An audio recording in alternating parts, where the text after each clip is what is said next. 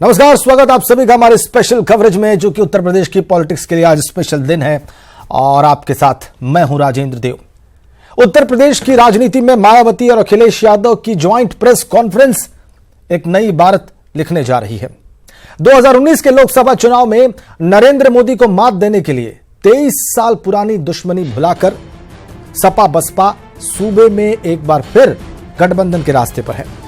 1993 में राम मंदिर आंदोलन पर सवार बीजेपी को हराने वाली मुलायम काशीराम की जोड़ी की तरह मोदी लहर पर सवार पार्टी को हराने के लिए अखिलेश मायावती की जोड़ी बन रही है। हालांकि 1993 से लेकर आज तक 2019 तक बहुत पानी बह चुका है गंगा गोमती और यमुना में, और यही कारण है कि माया अखिलेश वाले इस गठबंधन के लिए 25 साल पहले जैसे नतीजे दोहराना बहुत बड़ी चुनौती मानी जा रही है। इस तमाम विषय पर, इस बड़े राजनीतिक घटनाक्रम पर चर्चा करने के लिए हमारे साथ लखनऊ में विधानसभा से जुड़ रहे हैं हमारे कंसल्टिंग एडिटर अजय झा, मायावती के घर से हमारे संवाददाता राजीव प्रताप सिंह और ताज होटल से हमारे संवाददाता अलाउद्दीन यूसुफ हमारे साथ जुड़ेंगे। फिलहाल हम चलेंगे हमारे कंसल्टिंग एडिटर अजय झा के पास Lucknow. Over to you Ajay, कौन कौन है आपके साथ वहां पे?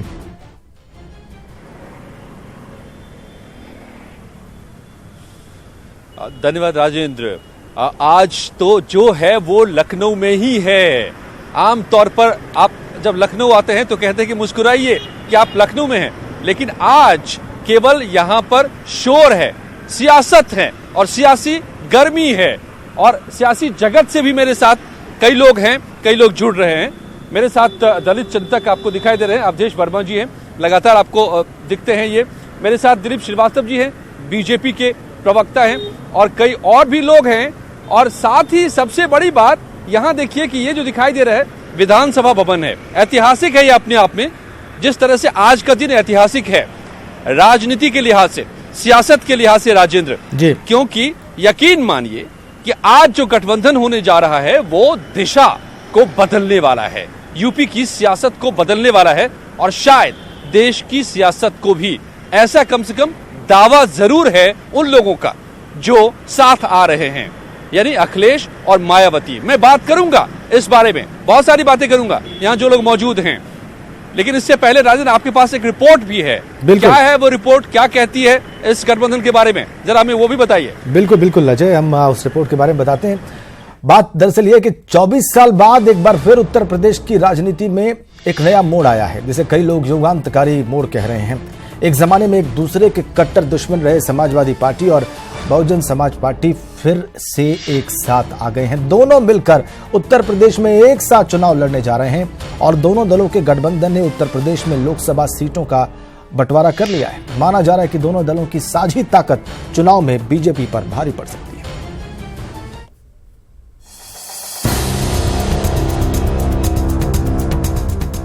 समाजवादी पार्टी के मुखिया अखिलेश यादव और बहुजन समाज पार्टी की सुप्रीमो मायावती के एक मंच पर आने की ये तस्वीरें उस महागठबंधन की नींव का अहम पत्थर थी जो अब यूपी में आकार ले चुका है।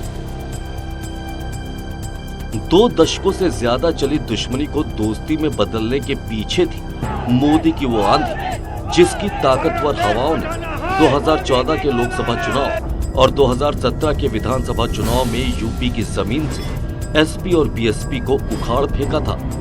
इस आंधी से निपटने के लिए जरूरी था कि अलग अलग ताल ठोकने वाली पार्टियां आपसी रंजिश को भुलाकर एक साथ मोदी का मुकाबला करें।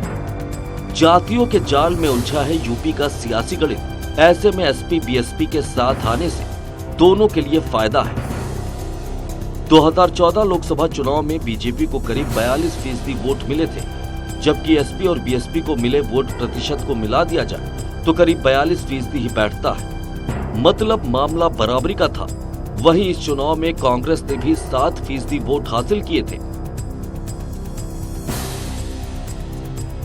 लेकिन साल 2017 के विधानसभा चुनाव में वोटिंग के आंकड़े अलग कहानी गढ़ गए।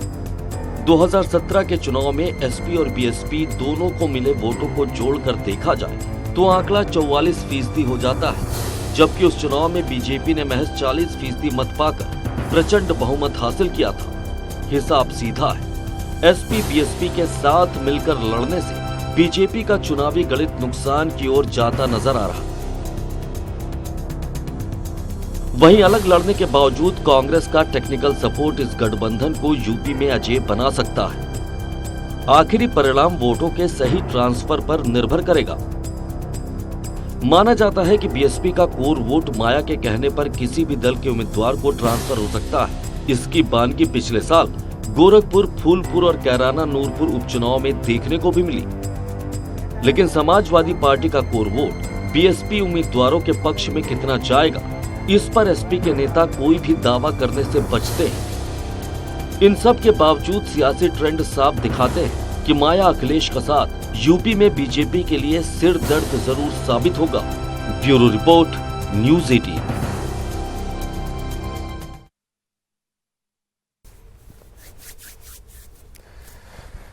रिपोर्ट आपने देखी। जो इस गठबंधन के समर्थक हैं वो चाहेंगे कि वोट ट्रांसफर हो, जो विरोधी हैं वो चाहेंगे कि वोट ट्रांसफर ना हो। होगा क्या, ये तो भविष्य बताएगा। लेकिन आज जो हैपनिंग्स हो रही है उस पर अपडेट करने के लिए हमारे सहयोगी राजीव सिंह मायावती के घर से हमारे साथ सीधा जुड़े हुए हैं। अलाउद्दीन ताज होटल से, जहां पर प्रेस कॉन्फ्रेंस होनी है ज्वाइंट, वहां से हमारे साथ सीधा जुड़े हुए हैं। लेकिन हम बगैर वक्त गंवाए चलेंगे विधानसभा भवन, जहां पे जो सत्ता का केंद्र है उत्तर प्रदेश में, और वहां से हमारे कंसल्टिंग एडिटर अजय झा हमारे साथ सीधा जुड़े हुए हैं। उनके साथ मेहमान हैं और वो आज के इस बहुत ही निहायत ही युगांतकारी जो घटनाक्रम होने वाला है उस पर चर्चा करने के लिए बिल्कुल तैयार हैं। Over to you Ajay.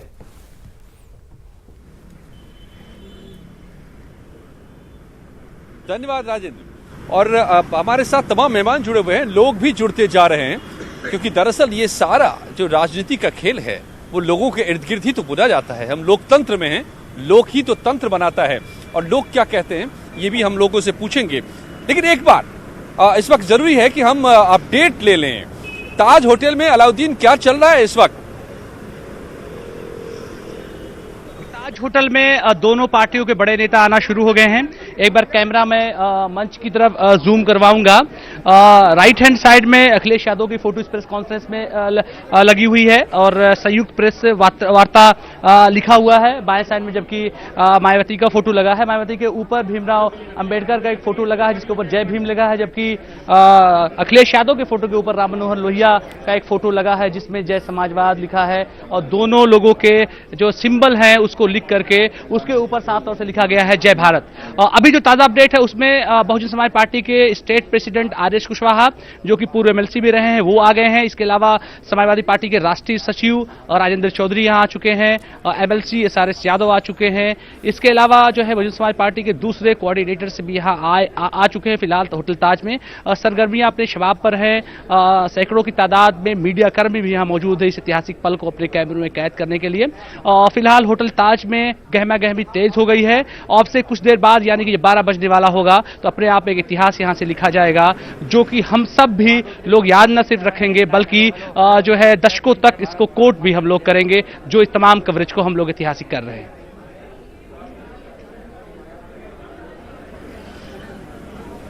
बिल्कुल, आपके पास हम लौटते रहेंगे, उन तस्वीरों को भी देखते रहेंगे। जैसा आपने कहा कि कहा जा रहा है कि इतिहास बनने वाला है, हालांकि ये इतना भी नया इतिहास नहीं है, पहले भी बन चुका है। 1993 में भी ये इतिहास बन चुका है, मुझे लगता है पहली बार। और पिछले दिनों भी कहे अनकहे गठबंधन के तौर पर चुनाव लड़ा गया था, उपचुनाव में हमने ये देखा था।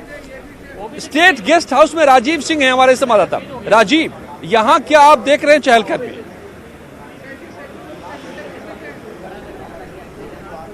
जैसा कि आपने कहा कि पहले भी ये गठबंधन हो चुका है या कोई पहला मौका नहीं है। अब से कुछ देर पहले मैं स्टेट गेस्ट हाउस पे मौजूद था, जहां पर 2 जून 1995 को वो कांड हुआ था, जिसमें पहले तो सपा और बसपा के जो गठबंधन 1993 में हुआ वो सफल भी हुआ और सरकार बनी, जिसके तहत सबसे पहले सपा मुखिया मुलायम सिंह यादव को मुख्यमंत्री बनाया गया। लेकिन जब मनमुटाव बढ़ा तो 2 जून 1995 को जब बसपा सुप्रीमो मायावती ने सरकार से समर्थन वापस लिया और फिर जो गेस्ट हाउस कांड हुआ था उसमें क्या हुआ वो सबको पता है, और शायद वो तलखी 25 साल तक बरकरार रही। अब ये पहला मौका है जब ये सिर्फ गठबंधन ही नहीं होगा बल्कि जो एक तकरार थी, जो एक नाराजगी थी, वो भी खत्म होगी। इस वक्त मैं अजय बसपा सुप्रीमो मायावती के आवास पर आ पहुंचा हूं, जहां अब से कुछ देर बाद ये कयास लगाया जा रहा है कि सपा के राष्ट्रीय अध्यक्ष अखिलेश यादव खुद बसपा सुप्रीमो मायावती को यहां पर रिसीव करने के लिए आ सकते हैं और वो एक साथ प्रेस कॉन्फ्रेंस में जो 12 बजे ताज होटल में होने वाली है वहां पर जाएंगे और फिर इस गठबंधन का ऐलान करेंगे। जैसा कि आप बता रहे थे कि ये गठबंधन निश्चित रूप से आने वाले समय में बीजेपी के लिए एक बड़ी चुनौती होगा। लेकिन अगर वोट परसेंटेज की बात करें तो जैसा कि 2017 में बताया गया कि 44% वोट सपा और बसपा को मिला था, लेकिन फिर भी जो ऐतिहासिक जीत हुई वो बीजेपी को मिली। जो सीटों पर ज्यादा विधायक चुने गए वो बीजेपी के चुने गए। तो ऐसे में ये देखना होगा कि जिस तरह मायावती के लिए ये कहा जाता है कि वो अपना वोट ट्रांसफर करा सकती हैं, क्या सपा अपना वोट ट्रांसफर करा पाएगी? ये एक बड़ी चुनौती होगी, खासकर जब जो लोकसभा का चुनाव होता है ये अजय कोई एक दिन नहीं लड़ता, सालों से तैयारी करता है। और ऐसे में जब कोई प्रत्याशी अपने सीट पर अपने दल के टिकट पर ये आस उम्मीद लगा के लड़ता है कि हम लोकसभा चुनाव लड़ेंगे, तो उसके लिए 2-3 सालों पहले से तैयारी करता है। ऐसे में क्या वो ईमानदारी से दूसरे दल के प्रत्याशी का समर्थन करेगा? और ये एक बड़ी चुनौती होगी।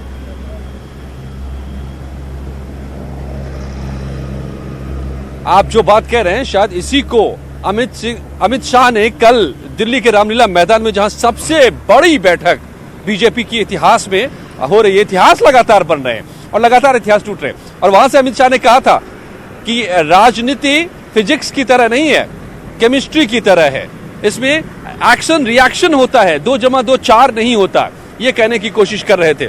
चलिए अब मैं यहां मेहमानों से पूछता हूं, अवधेश जी हैं, दलित चिंतक हैं, क्या 2+2 4 होगा या 2+2 0 हो जाएगा? देखिए अजय जी, मैं एक चीज आपको बताना चाहूंगा, माननीय काशीराम की जो थीम थी 85-15 की, 26 साल बाद फिर एक बार आज उत्तर प्रदेश की धरती पर दोहराई जा रही है।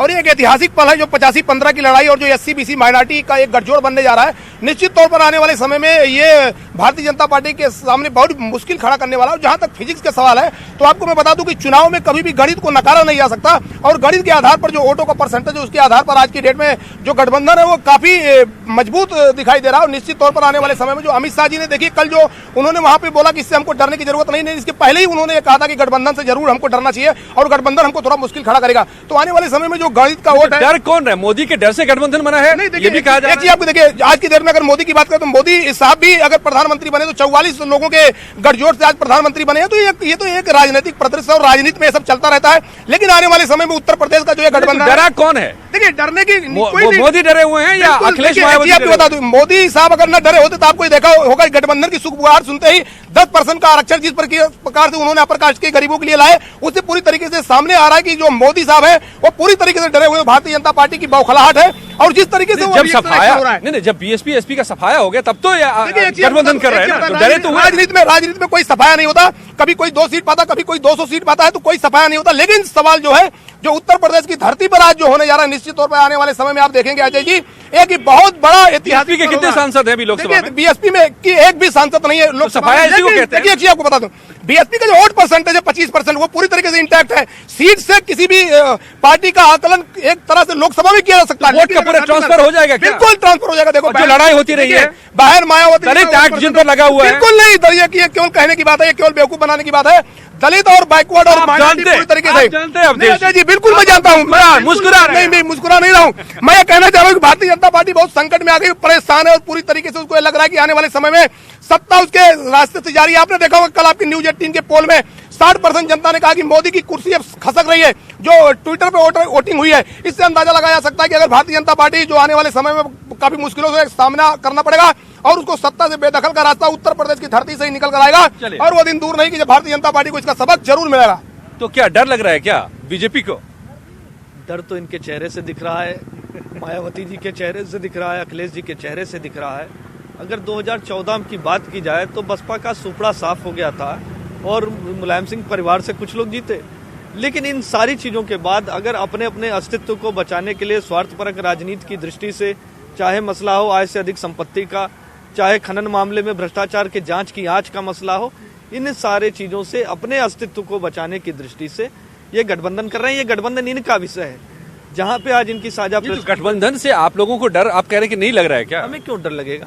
हमें क्यों डर लगेगा? 2014 में हम 6 राज्यों में थे, आज हम 2019 में 16 राज्यों में हैं। 2014 के अगर आंकड़े को देख ले तो 41 ऐसी सीटें हैं और आरएलडी को जोड़ दे तो 42 ऐसी सीटें हैं जहां पर इनके वोट को जोड़ा जाए तो आपसे ज्यादा हो जाता है। देखिए ये कैसे जोड़ा जा सकता है कि ये माना जाए, जैसा अभी अवधेश जी कह रहे थे कि शेड्यूल कास्ट की पूरी नुमाइंदगी क्या मायावती जी करती हैं?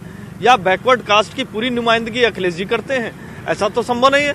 जो पहली बार हिंदुस्तान के इतिहास में शेड्यूल SC/ST के हितों की रक्षा किसने की? मोदी जी ने की। संवैधानिक दर्जा पिछड़ा वर्ग आयोग को किसने दिया? मोदी जी ने दिया। गरीब सवर्णों की बात किसने की? मोदी जी ने की। 3 तलाक का मुद्दा हो, मुस्लिम पीड़ित महिलाओं के पक्ष में कौन आया? मोदी जी आए। और एक तरफ मोदी जी हैं और मोदी जी को रोकने के लिए भ्रष्टाचारियों की फौज है। कोई माँ बेटा दामाद जमानत पर है तो किसी पे जांच की आंच है, किसी पे आय से अधिक संपत्ति का मसला है, कोई चारा घोटाले में दोषी है। ऐसे सारे लोगों का गठजोड़, ऐसे सारे लोगों के भ्रष्टाचारियों की सेना सजी हुई है। वो रोकना चाहती है ऐसे तपस्वी व्यक्ति को जिसने हिंदुस्तान में काम करके दिखाया, एक आम आदमी के रूप में, जो कि पिछड़े वर्ग से ताल्लुक रखते हुए हर वर्ग विशेष के लिए दिलीप जी काम करके दिखाया, सबका साथ सबके विकास के एजेंडे पे। दिलीप जी, लगता है आप लोग गोरखपुर फूलपुर से भी कुछ नहीं सीखे। गोरखपुर फूलपुर में हमने कराना भी भूल गए। नहीं, हमने जनादेश स्वीकार किया। हम कहाँ कह रहे हैं, हमने जनादेश स्वीकार किया। इनके पास तो एक दूसरे के साथ इन लोगों ने गठजोड़ किया, इनके पास तो अपना प्रत्याशी भी नहीं था। सपा ने मांगा, इनसे RLD से मांगा प्रत्याशी, मायावती जी ने कहा हम समर्थन दे रहे हैं। हमने हार स्वीकार की। कुछ कमियां रही, संगठनात्मक स्तर पे कमियां रही, हमने उस कमियों को दूर करने का, अब दूर हो गई है, और उन पे जनता के बीच में हम मैसेज नहीं दे पाए, इसको हमने स्वीकार किया। और आज तीर तर्कस सारी चीजें तैयार है। चुनावी समर में हम जीतेंगे, हमारा विजयश्री रोक नहीं सकते। हिंदुस्तान की आवाम अच्छी तरह से जानती है। ये तो आपका अजय जी एक बहुत बड़ा सवाल है। अभी आपने कहा कि 10% आरक्षण का निश्चित तौर पर सपा जो भी दलित और बैकवर्ड ने विरोध नहीं किया, सबसे बड़ा सवाल है। आप देखिए उसी लोकसभा में 5 साल से पदोन्नतियों का बिल लंबित था और मोदी जी उस पर कभी भी चुप्पी तोड़ने को तैयार नहीं। भारतीय जनता पार्टी पदोन्नतियों में आरक्षण बिल जो बाबा साहब द्वारा संवैधानिक व्यवस्था के तहत हमें मिला है उसको देने के लिए तैयार नहीं, और 2 दिन में बिना मांग के 10% आरक्षण। इससे एक अंदाजा लगाया जा सकता है कि उत्तर प्रदेश की धरती पर जो ये गठबंधन हो रहा है, 44 लोगों का गठबंधन मोदी जी के साथ है, तो 2 लोगों की गठबंधन से कहते हैं कि ये आरक्षण नहीं होना चाहिए। देखिए, ये आरक्षण पूरी तरीके से जो बाबा साहब द्वारा बनाई गई संवैधानिक व्यवस्था उसके तहत आरक्षण का जो लाभ है दलितों पिछड़ों को भी मिलना चाहिए। आबादी के हिसाब से आरक्षण होना चाहिए, जातिगत जनगणना का खुलासा होना चाहिए। दलितों पिछड़ों को तो मिल ही रहा था भाई। पदोन्नतियों में आरक्षण का बिल कहां मिल रहा है? उत्तर प्रदेश में सुप्रीम कोर्ट ने हमारे पक्ष में निर्णय दिया। जब हम लोगों ने माननीय मुख्यमंत्री जी को चिट्ठी लिखा कि हमें अब इसका माननीय सुप्रीम कोर्ट के आदेश के तहत पदोन्नतियों में आरक्षण का लाभ दे दो, तो कार्मिक विभाग हमको उत्तर देता है कि अभी तक ऊपर से फैसला नहीं हुआ है। तो अवधेश जी, आप चाह रहे हैं कि आप लोगों को पहले भर्ती में मिले, फिर पदोन्नति में मिले, लेकिन गरीबों को नहीं मिले। बिल्कुल गरीबों को भी मिले। गरीबों को हमारा कहीं भी विरोध गरीबों के लिए नहीं है, लेकिन सवाल है जो हमें आरक्षण मिलना चाहिए, जो हमारा हक है वो हमें दिया जाना चाहिए। मोदी सरकार जो दलितों और बैकवर्डों के हक पर राजनीति करती है और दूसरों के हक को बराबरी उनके हक पर क्या किया? उनके हक पर इसलिए किया कि पदोन्नतियों में आरक्षण 5 साल से लंबित है। उसी लोकसभा में 5 साल से लंबित बिल है, उसको क्यों नहीं पास किया जा रहा है? इसका मतलब कि मोदी सरकार को उसकी चिंता नहीं है। अगर वो पास करके हमारे पदोन्नत का बिल को दे दो तो निश्चित तौर पर हमारे दलित कार्मिक जो है, जो बैकवर्ड के कार्मिक, अगर उनको आबादी के हिसाब से आरक्षण दे दे तो निश्चित तौर पर उनको भागीदारी सुनिश्चित। तो आपको लगता है कि इन्होंने जो काम गिना है उस पर नहीं बल्कि इस आरक्षण पर ही वोट डालेगी? आपको बता, ये पूरी तरीके से उत्तर प्रदेश में आपकी क्या, पूरे इंडिया में आपकी आप देखिएगा आरक्षण पर चुनाव होगा और 85-15 का चुनाव होगा। अगर आरक्षण पर चुनाव न हो रहा होता तो जब 4 महीने केवल चुनाव के लिए बाकी है तो आरक्षण पर इस तरह अगर खेल खेला जा रहा तो निश्चित तौर पर अजय जी आप देखिएगा आरक्षण समर्थक और आरक्षण विरोधियों के बीच में चुनाव होगा। और आप देखिएगा ये एक बार फिर यहाँ पे ये जो गठबंधन और जो दूसरे 44 लोगों का गठबंधन ये आपने सामने होगा। और निश्चित तौर पर जो आप तो पूरी बीजेपी की थ्योरी को ही पलट दे रहे हैं। बीजेपी खुश हो रही है कि हमने अगड़ों को खुश कर लिया, सामान्य वर्ग को खुश कर लिया। ये कह रहे हैं कि ये उल्टा पड़ेगा। देखिए, इन लोगों ने लगातार दलितों के नाम पर राजनीति की, उनको ठगने का काम किया है। अगर इन्हें ध्यान होता तो बाबा साहब को तिरस्कार करने वाले लोग दल के साथ ये क्यों मिलने चले जाते हैं? जिन्होंने बाबा साहब के सिद्धांतों को नकारने का काम किया उनके साथ क्यों खड़े हो जाते हैं? इनको ये सोचना चाहिए। बाबा साहब के सिद्धांतों से लेके बाबा साहब के कर्मस्थली, जन्मस्थली, उन सब को सजोने का काम किसने किया? मोदी जी ने किया। आज उनके सिद्धांतों के अनुसार सपनों को साकार करने के लिए, स्वामी विवेकानंद के सपनों को साकार करने के लिए, उस भारत के नवनिर्माण की दिशा में अगर लगातार मोदी जी काम कर रहे हैं तो दिक्कत आपको किस बात की हो रही है? भारतीय जनता पार्टी के कार्यकाल में सबसे ज्यादा बाबा साहब की मूर्तियों को तोड़ा गया, दलितों को उत्पीड़न हुआ, कोरेगांव की घटना हो, रोहित वेमुला की घटना सुनिए, मुद्दे से हम भटक रहे हैं। आज का तो मुद्दा है ये गठबंधन। आइए आप सिर हिला रहे, जरा मैं इधर भी पूछूं। जनता, क्योंकि गठबंधन जो हो रहा है वो तो जनता के लिए हो रहा है ना। नेता नेता कर रहे हैं, निश्चित रूप में क्या के लिए ही हो रहा है। क्या सुनिए, नेता जो कर रहे हैं गठबंधन, ये जनता का भी गठबंधन होगा क्या?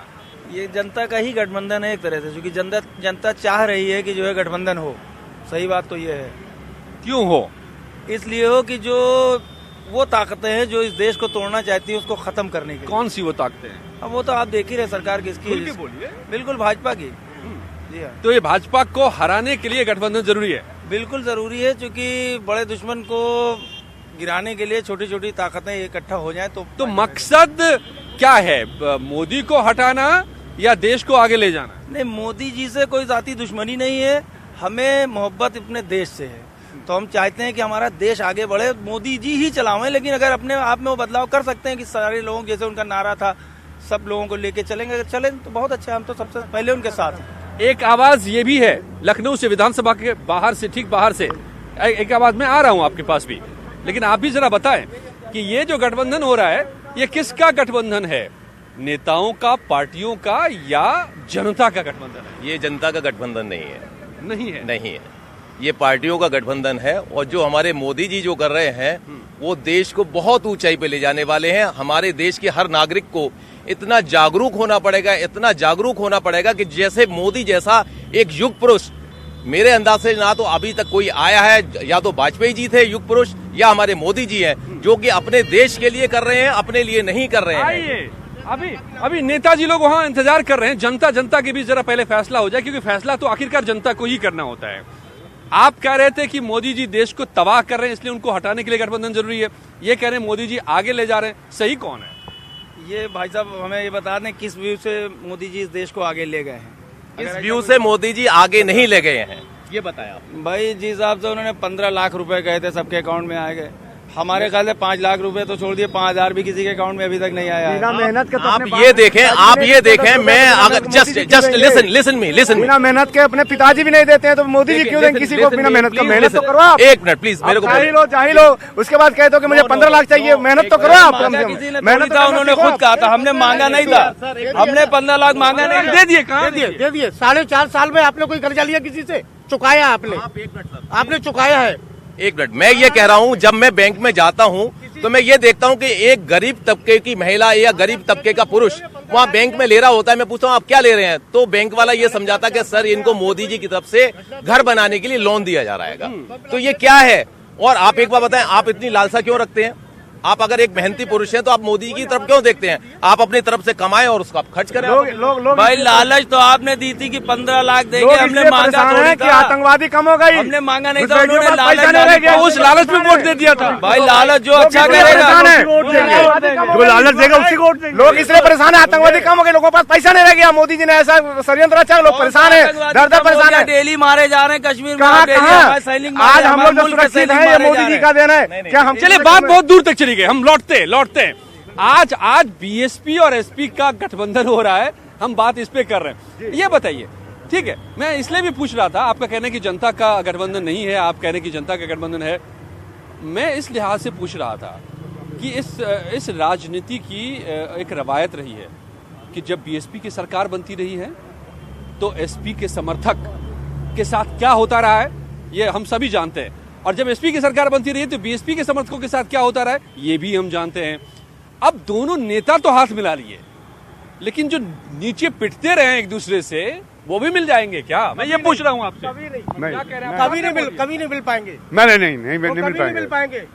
भाई हमने पहले भी आपसे कहा था कि जो है बड़े दुश्मन को हराने के लिए छोटी फौज इकट्ठा करना जरूरी है। अगर ये मायावती समझ जाएंगी, अखिलेश समझ जाएंगे, लेकिन ये वो बेचारा, उसका क्या कसूर है? उसको तो कुर्सी मिलनी नहीं है। ये देखिए 33% वोट जिसको मिलता है गवर्नमेंट बनती है अबाउट, तो 33 इनको कलेक्ट करना है, काम खत्म हो गया। अब अगर लोग तो नहीं एक साथ हो जाएंगे। अगर कोई ये नेता की गठबंधन है, पब्लिक गठबंधन होती है तो आंदोलन होता है, लोग आंदोलन करते हैं किसी का काम के लिए, लेकिन ये पब्लिक कहाँ का आंदोलन कर रही है? तो नेताओं आंदोलन कर रहे हैं क्योंकि मोदी जी को हराने के लिए। मोदी जी आज भी उतना मजबूत है, इससे ज्यादा मजबूत, इतना ये परेशान होंगे उतने मोदी जी मजबूत होंगे। और 2019 में मोदी जी की पूरी फुल बहुमत से इससे भी ज्यादा सीट ला करके चुनाव जीतेंगे और प्रधानमंत्री हमारे होंगे।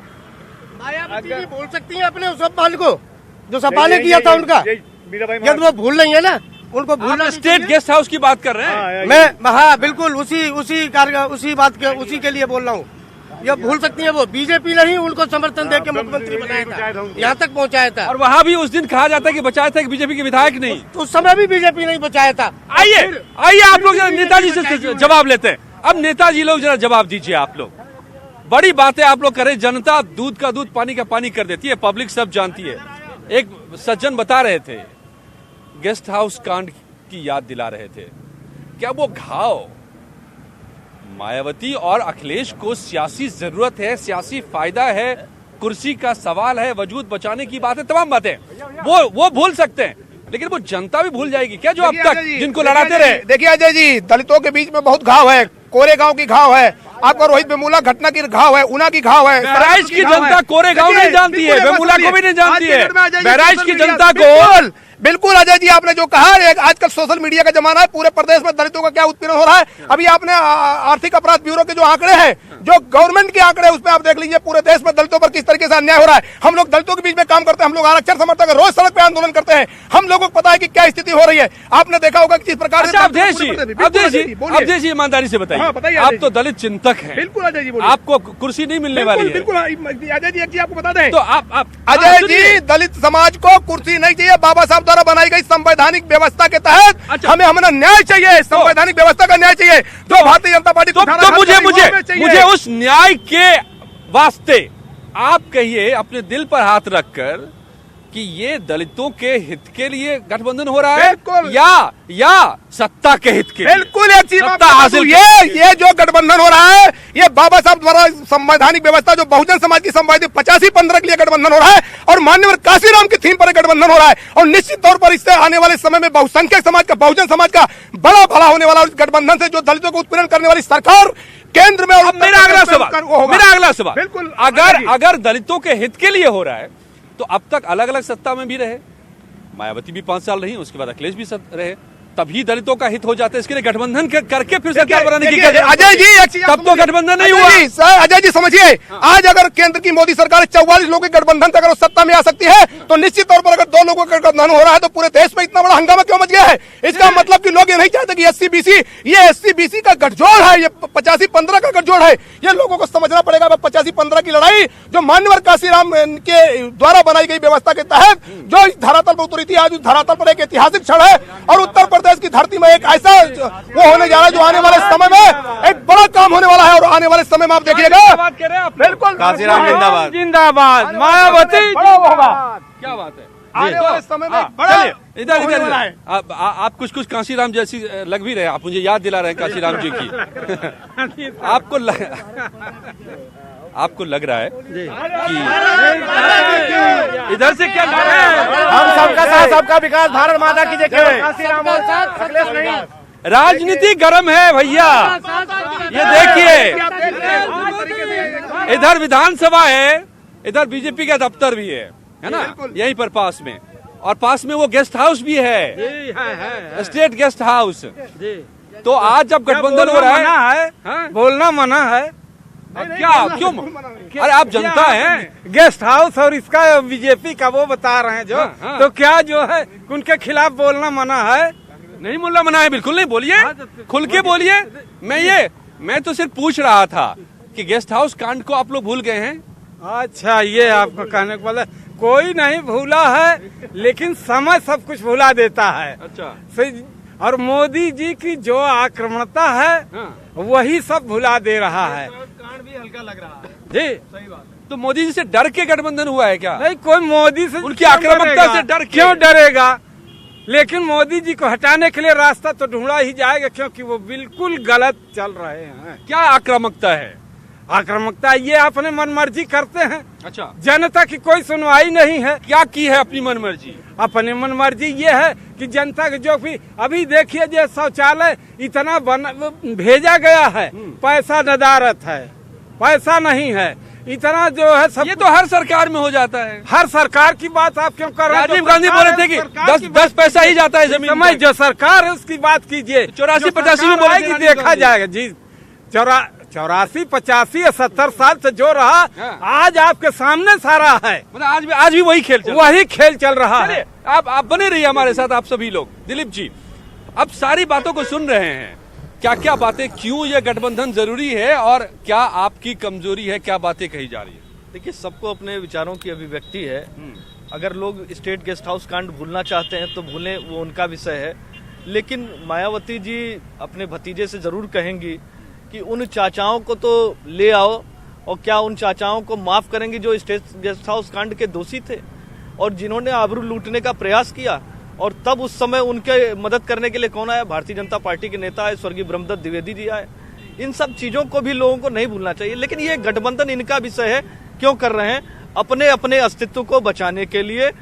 सुपड़ा साफ हो चुका है किस प्रकार से हमारी हाथी पे सवार होके साइकिल को आगे लेके या साइकिल को लादते हुए, और कांग्रेस को भी अगर जरूरत पड़े या लोकदल को किस तरह से वो सम्मिलित कर सकते हैं, ये इनका विषय है कि अपने इस गठबंधन में किस प्रकार से स्वार्थपरक राजनीति से एक दूसरे को ना देखने वाले आज मोदी जी के खौफ से, मोदी जी को रोकने की दृष्टि से, क्योंकि हिंदुस्तान की आवाम मोदी जी के साथ है, इसलिए उनको रोकने की दृष्टि से आप कह रहे वजूद बचाने के लिए गठबंधन हो रहा है। अजय जी, एक चीज वजूद खत्म हो गया। एक चीज कहना चाहूंगा, आप गठबंधन की बात, यही उत्तर प्रदेश में आपने देखा इनके गठबंधन के साथी ओम प्रकाश राजभर रोज चिल्ला रहे हैं अन्याय हो रहा है, अन्याय नहीं कर रहा है, ये भारतीय जनता पार्टी हमें बर्बाद कर दे रही है। आप देखिए इनके गठबंधन सत्ता की मलाई भी खा रहे हैं, मंत्री भी बने हुए हैं। अंदाजा लगा लीजिए कि भारतीय जनता पार्टी की क्या मजबूरी है, भारतीय जनता पार्टी की क्या मजबूरी है कि सत्ता का मलाई भी खिलाते हैं, जूतम पैजार भी कराते हैं, गाली भी खाते हैं। इसका मतलब भारतीय जनता पार्टी सत्ता के लिए कुछ भी कर सकती है, सत्ता के लिए कुछ भी कर सकती है।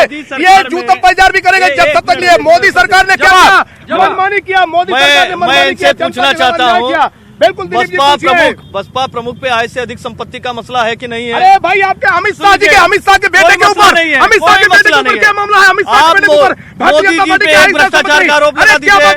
प्रधानमंत्री जी का मसला देख लीजिए। अरे सीबीआई के डायरेक्टर पर सीबीआई के डायरेक्टर पर खड़ी नहीं होती, सीबीआई के डायरेक्टर को क्यों हटवाया? सीबीआई के डायरेक्टर को नहीं करते क्यों हटवाया? सुनिए आप लोग, सीबीआई में आलोक वर्मा के साथ जब पूरे देश में जिस तरीके से काम हो रहा है, इससे अंदाजा आप लगा सकते हैं कि भारतीय ठीक है। साढ़े 11 हो रहे हैं। मैं आ रहा हूँ। 11:30 हो रहे हैं। 11:30 हो रहे हैं। अलाउद्दीन, आप मुझे सुन पा रहे हैं? ताज होटल में स्टेज तो ताज होटल में भी है ना लगा हुआ, आज तो वहीं पर। जी, मैं सुन पा रहा हूँ।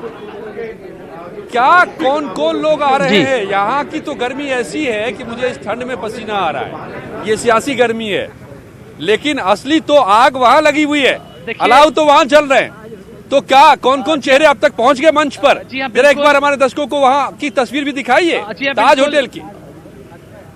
बिल्कुल, मैं तस्वीर दिखा रहा हूँ। कैमरा पैन करके जरा जूम करेंगे। 2 सीटें मेन स्टेज पे लगाई गई है, यानी कि अखिलेश यादव और मायावती के अलावा मंच पर और कोई नहीं बैठेगा। इसके अलावा दोनों पार्टियों के कद्दावर नेताओं के लिए दाएं साइड में और बाएं साइड में सोफे करीब 10-10 लगाए गए हैं।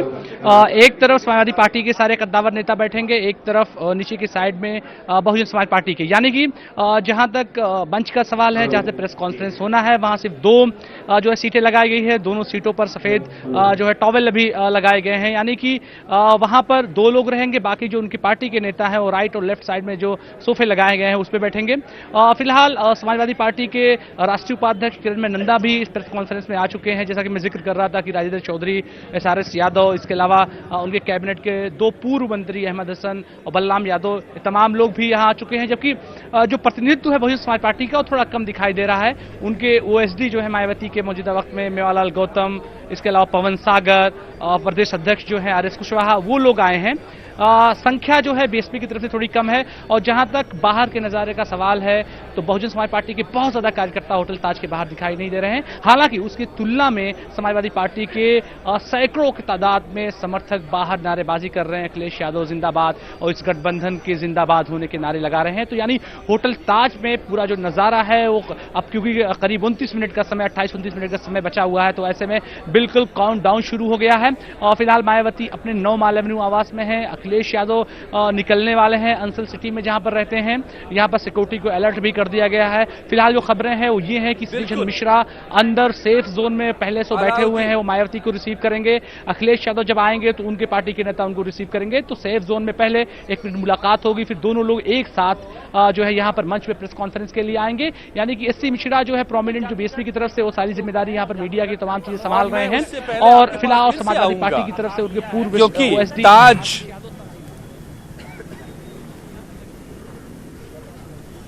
बिल्कुल, और यहीं से ऐलान होने वाला है, और जो फिर से एक बार इतिहास बनने वाला है। लेकिन ये दिलचस्प है अलाउद्दीन कि ये वही ताज है जब 2017 चुनाव से पहले दो लड़के मिले थे और दोनों को साथ भी पसंद आया था बहुत, और उसी ताज में फिर से एक बार तब हाथ का साथ मिला था लेकिन वो चला नहीं। अब हाथी का साथ कितना चल पाएगा, उसी ताज से इसका भी ऐलान होगा और ये भविष्य बताएगा।